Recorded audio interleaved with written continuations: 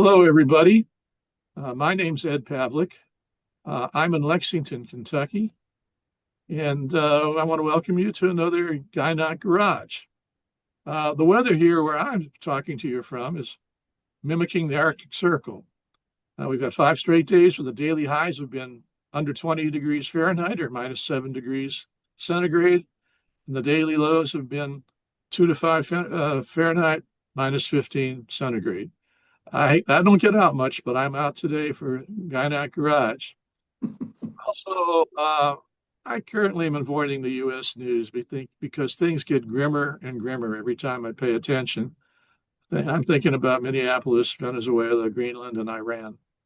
But my colleague here to cheer me up today is Frank Lawton from London in the United Kingdom. It's wet here. It's not particularly cold. We've had a bit of snow, but not very much. But the beauty of the end of January is that the snow drops and the daffodils are beginning to stick their heads up above the ground. So I know that the worst is probably we're getting towards the end of the beginning rather than the beginning of the end. So we'll get there.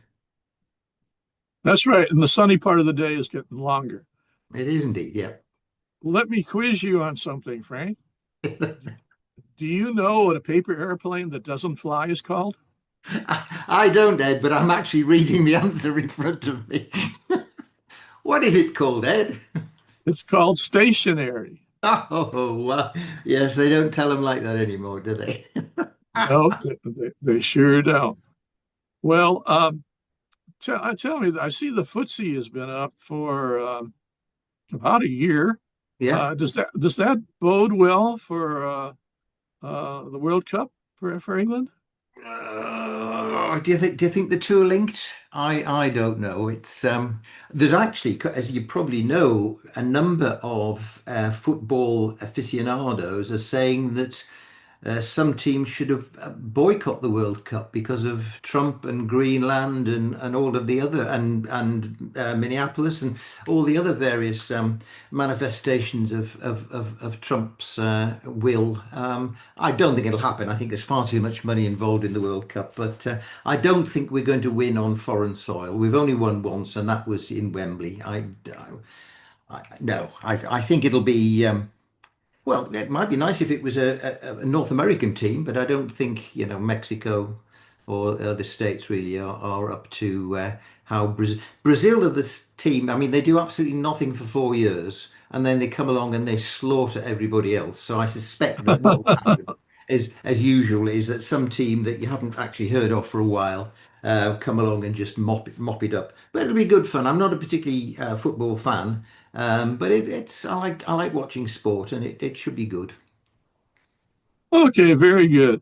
Well, today we're going to consider the question, are there factors or combinations of factors that predict individuals that have better chances of survival after neoadjuvant chemotherapy and interval debulking? Answer to this question is approached in a paper titled Predictors of Successful Neoadjuvant Chemotherapy and Interval Cytoreductive Surgery in the Management of Ovarian Cancer, which was recently published in the Journal of Clinical Oncology's Oncology Practice Journal.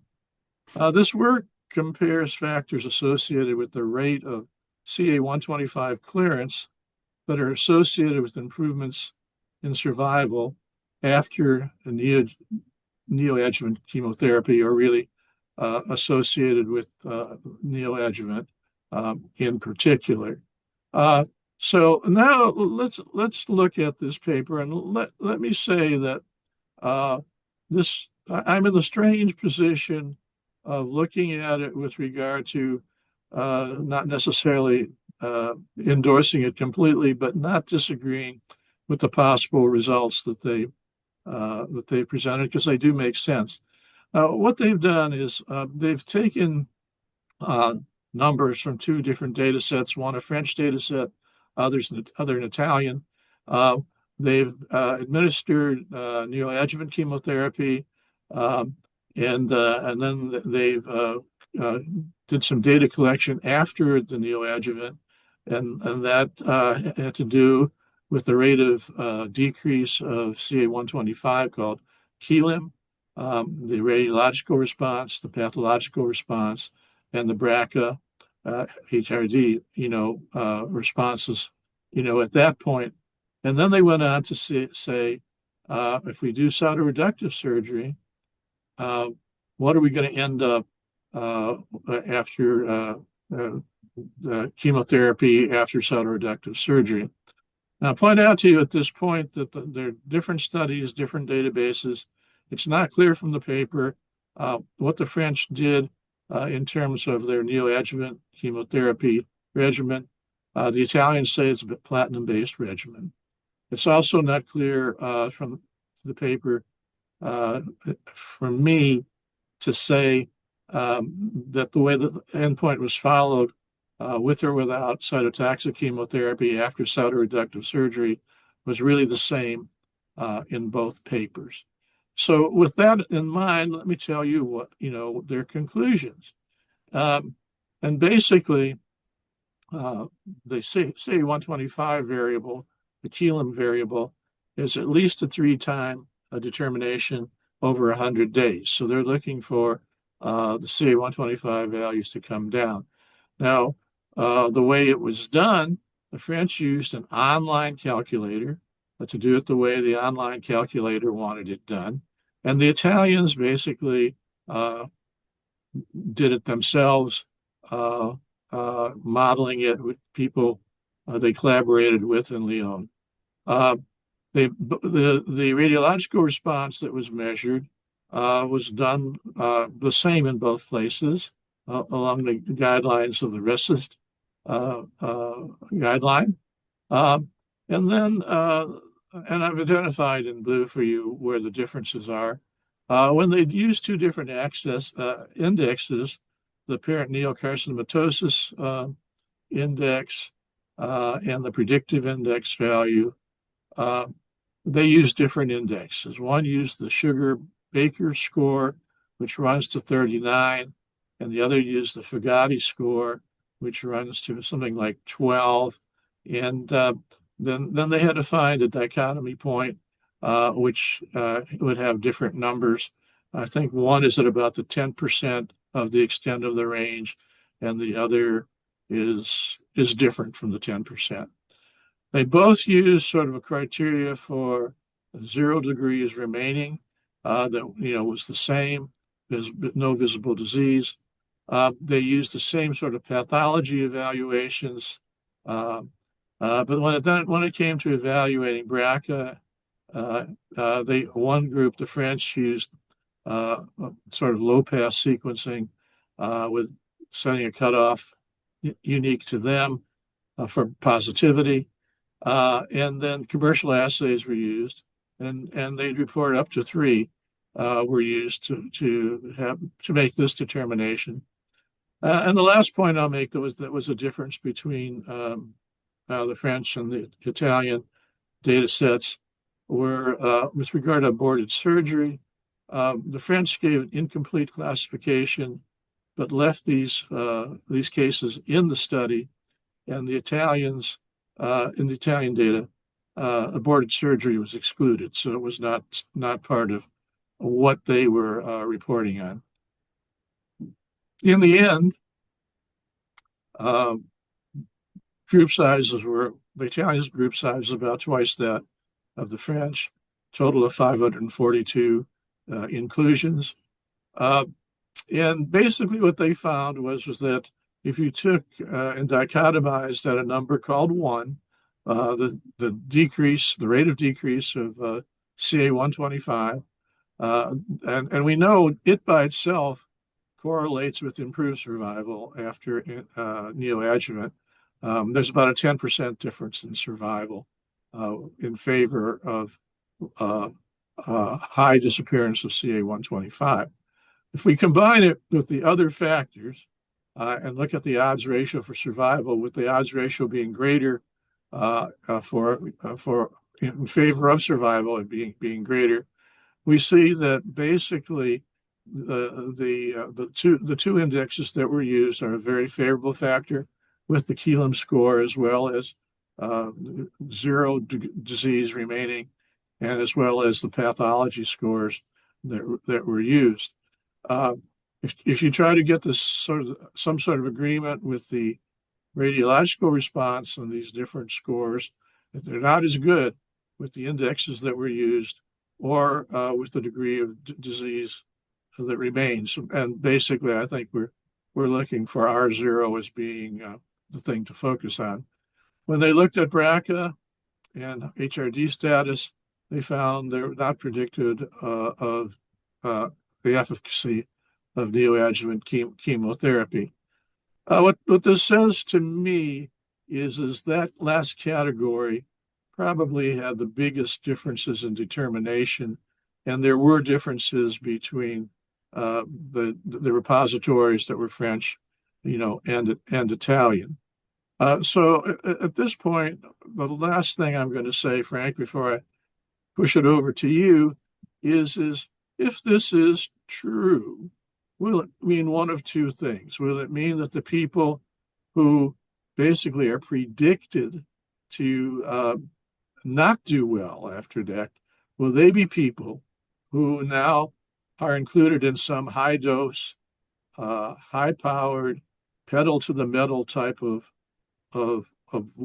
further treatment, or in contrast to doing things that way, will they be cast aside? And so there's nothing we can do for these people because they didn't do well in this scoring system. That's my point of discussion, not what necessarily was brought up in the paper. But what I would say is it's time for me to stop talking and kick it over to you, Frank. Yes, it's I can understand they've used intervention surgery as the marker of a chemosensitive response to chemotherapy, and that's fine. I have no problems with that. And the outcomes, low peritoneal burden, achieving R0 and the pathological response, I can understand that as well. What I have problems with is since all the patients I think underwent laparoscopy before they were admitted to the studies, there's no information as to the distribution of the intra-abdominal tumor before chemotherapy. And we know that patients with bulky disease, but not very much peritoneal disease, could well have a very different prognosis from patients with multiple small volume peritoneal nodules. And it's the small volume peritoneal nodules that actually cause a much greater rise in CA125 than in bulky adnexal disease. So I think the fact that the papers have not said what was the distribution of disease beforehand is quite important. I think the other thing is that the algorithm says that you should have three CA125 measurements within 100 days in order to work out the Kelly score. 100 days or so, that probably means, well, one cycle of chemotherapy would be day one, second would be day 22, third would be day 43. The decision's got to be really made, I think, by the end of the third cycle of chemotherapy. So day 64 before the new one. And yet the papers are saying that we can go on for 100 days of looking at CA125. I think if you've not made the decision, however you're going to make that decision as to whether or not intervention surgery is important, I don't think you can wait for 100 days. You've got to do that within three cycles of chemotherapy. The other thing, of course, is that this is, in a way, it's retrospective, that we're measuring the Kelly, but how much of the decisions to do the surgery were based on that alone? If I was a gynecological surgeon in this hospital, I would want to see the imaging. I wouldn't particularly be interested in what the Kelly score said as to whether or not I can do the surgery. And obviously, doing the surgery is an important part of this study. So I think the other problem is that the French and Italian studies are actually very, very different in their outcomes as well. For instance, looking at the imaging, CR and PR, the French CR and PR imaging was 39%, whereas the Italian was at 89%. Now, does that mean a difference in the imaging or just a difference in the patient population? The peritoneal carcinoma burden, low, in other words, good prognosis. French 34%, Italian 83%. That is a very, very different biology of this apparent disease. And the intervention surgery rate to get to R0, French around 50%, which I think is probably low, Italians 90%. So I'm not even sure we're dealing with the same diseases in these two studies. And as you mentioned, and I think right in your presentation, if the Kellim score doesn't look very good after what, 2 stroke 3 cycles of chemotherapy, what do we do? Do we change the chemotherapy, as you say, uh, something and hit it really hard, or do we just give up? It clearly it is a predictor of chemotherapy response, but I'm not so sure what we actually do with it if we know that. Do we give up? Do we change chemotherapy? Uh, do we not operate? I don't know. And I think that's the problem. Does the Kelm merely reflect the biology of the disease, the interaction of this ovarian tumor with the patient's immune response? And if it does, then surgery is not going to affect the biology of this disease. So Kelly might just say, these are the patients who've got a really poor prognosis, and these are the patients that have got a better prognosis. And I'm not so sure that this study is strong enough for the gynecological cancer world to rely on Kelly as some sort of arbiter of what we should be doing with these particular patients. Sure. And the guiding principle for people back in training when they consider setting up a study is that the same thing is done to everybody. Mm. Um, and we've exaggerated certain things while we joke around, but that was not the case here.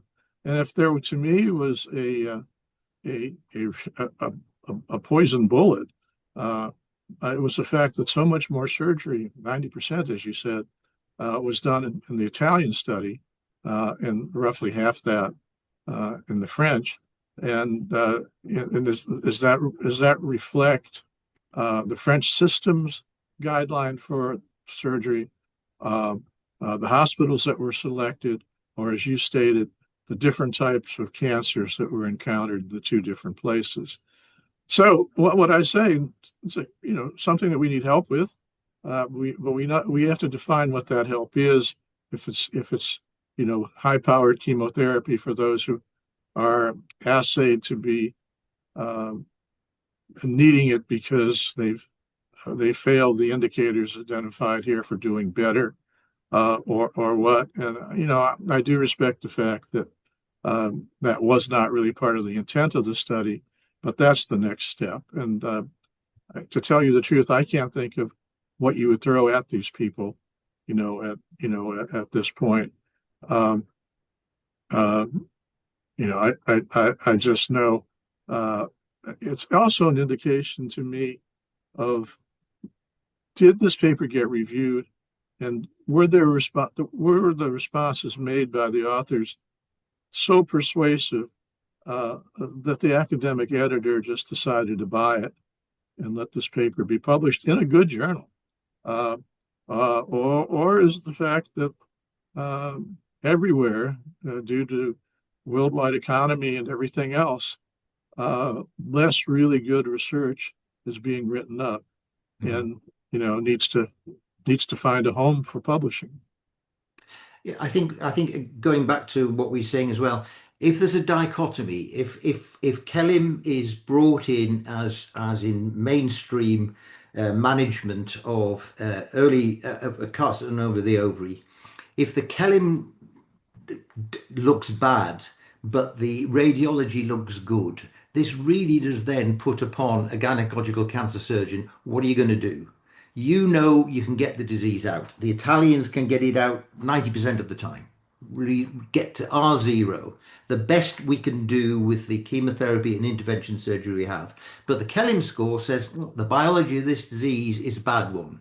This patient is going to do badly." What do you do? And I suspect that's going to be, if this is added to the armamentarium that we have, that's going to be a big question. Which one do you rely on? and we need some more data, and we probably should need data that's prospective rather than retrospective. Patients should trials should add a Kelly in right at the beginning, not just look at it because what they've said is, oh, look, if we'd known the Kelly score or the Kelly at the time of IDS, we would have told you whether the patient's going to do well or not. No, we need it right up front. Let's do the Kelly as we go along, not look backwards, starting with let's look, this is the Kelly score, let's look at what the surgery did or the survival, do it the other way around. Because I think it's going to be a problem. We're making it difficult for ourselves here, I think. Absolutely. I couldn't agree more. I think the one positive thing we can gain from the numbers put into this paper is that a random control trial uh, is feasible because if you take the Callum stored by itself differences in another paper, they're around 10%. So what you want to do is do better than 10%, and that's probably very feasible. Oh yeah, yes, I so think so. Oh yeah, and there are plenty of data on Kelly. I mean, there are a number of studies that have been reported on its efficacy, but I think you've got to put it up against all of the other parameters that we use for prognosis and for the success of IDS. And I think that's where the data is going to be needed. We've got to do it against clinical data, against radiological data, and any other data that we have that suggests uh, impacting on progression-free survival or overall survival. absolutely. Well, we've done it again. All I have to do is survive the sub-zero weather, and all you have to do is look for the green things popping up out of the ground as we proceed towards spring. Absolutely. Springtime promises. It's coming. Okay, well, I'll see you when it's spring there, Okay. and we no longer have ice here on the ground. Okie In, dokie. in another See you month. soon. You take care. See you soon. Bye bye. Bye bye.